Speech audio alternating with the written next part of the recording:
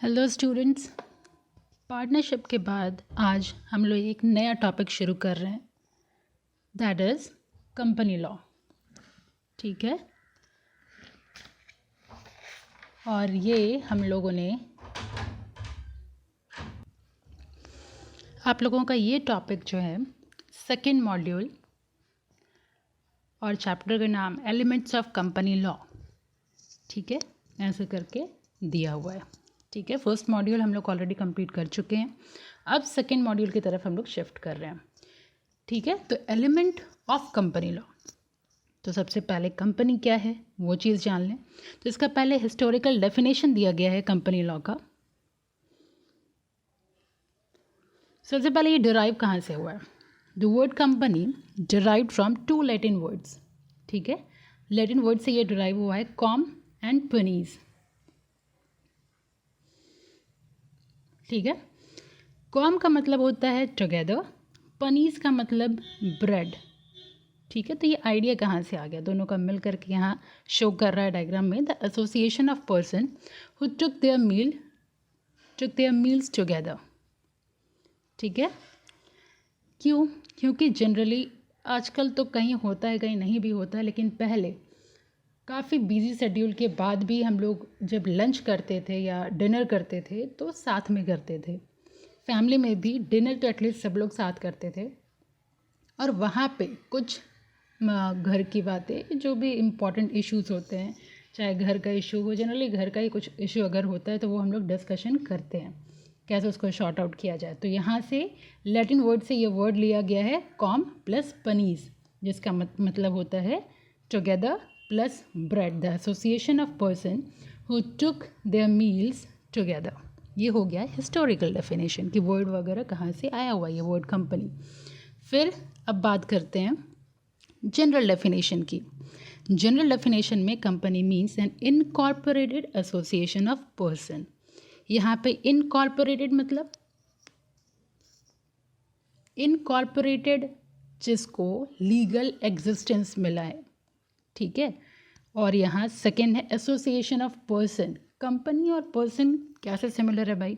देखिए, person basically दो type के होते हैं, एक जैसे हम और आप, ठीक है, तो वो हो गया नेचुरल पर्सन, देख रहे हैं जैसे हम, आप, मोहन, सीता, श्याम, etc। ठीक है, और कंपनी जो है पर्सन है, लेकिन वो एक आर्टिफिशियल पर्सन है।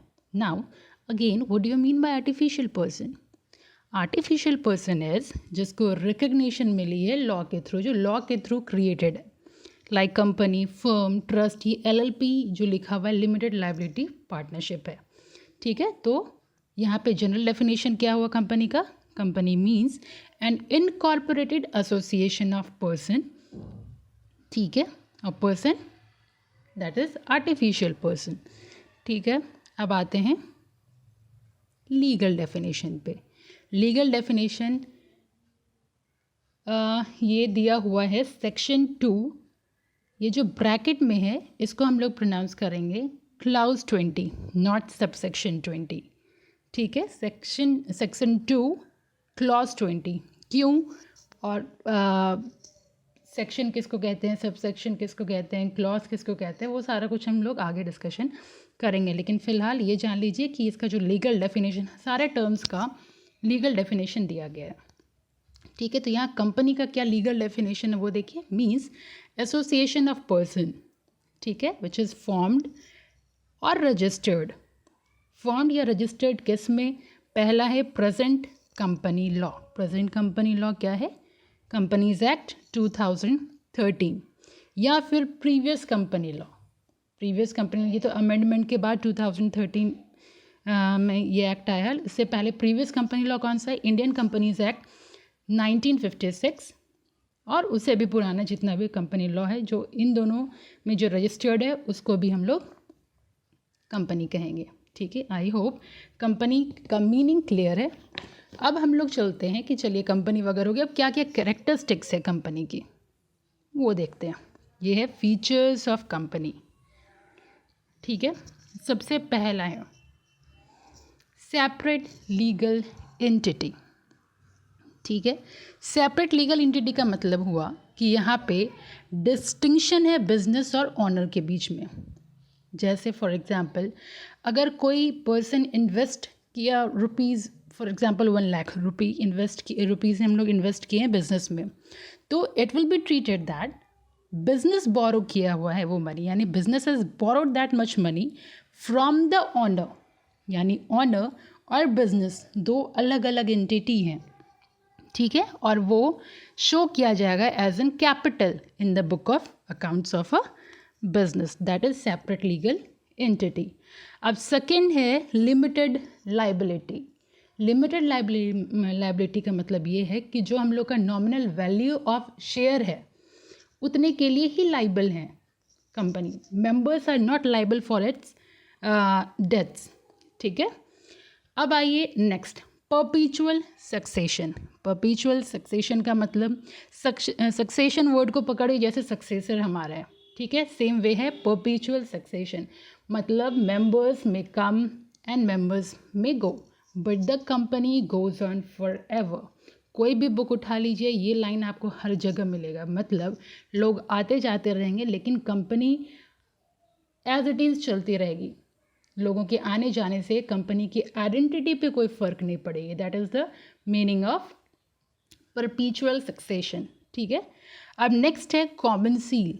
कॉमन सील का मतलब हुआ जैसे हम लोगों का सिग्नेचर होता है, वैसे ही कंपनी का चूँकि कोई फिजिकल एग्जिस्टेंस नहीं है, ठीक है, इट मस्ट एक्ट, ठीक है, कुछ भी फिजिकल एग्जिस्टेंस नहीं है, कोई एजेंट के थ्रू ये एक्ट करता है, ठीक है. तो कॉमन सील का मतलब कंपनी का कुछ ऑफिशियल सिग्नेचर है, तो we can just say the official signature of a company is known as the common seal. Alright, next है ट्रांसफरेबिलिटी. यहाँ पे ट्रांसफरेबिलिटी जस्ट लिखा हुआ है लेकिन बेसिकली ट्रांसफरेबिलिटी ऑफ शेयर्स की बात हो रही है यहाँ पे. यानी शेयर्स क्या है, the capital of a company is divided into parts and that part is known as share, ठीक है. तो शेयर जो है वो कम्प्लीटली ट्रांसफरेबल है, फ्रीली ट्रांसफरेबल है, ठीक है. That is the meaning of transferability of share, ठीक है. फिर next is separate property. Separate property same है कि हम लोगों का as a corporate person the company is entitled to own and hold property in its own name.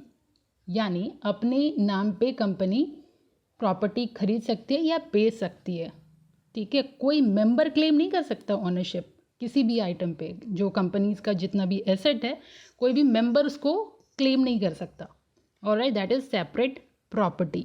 Next है capacity to सू.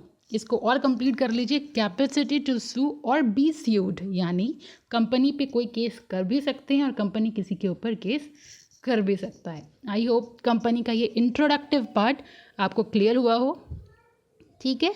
अगर कोई क्वेरी है तो do right me on the comment section, ठीक है, and let me know about it. Thank you.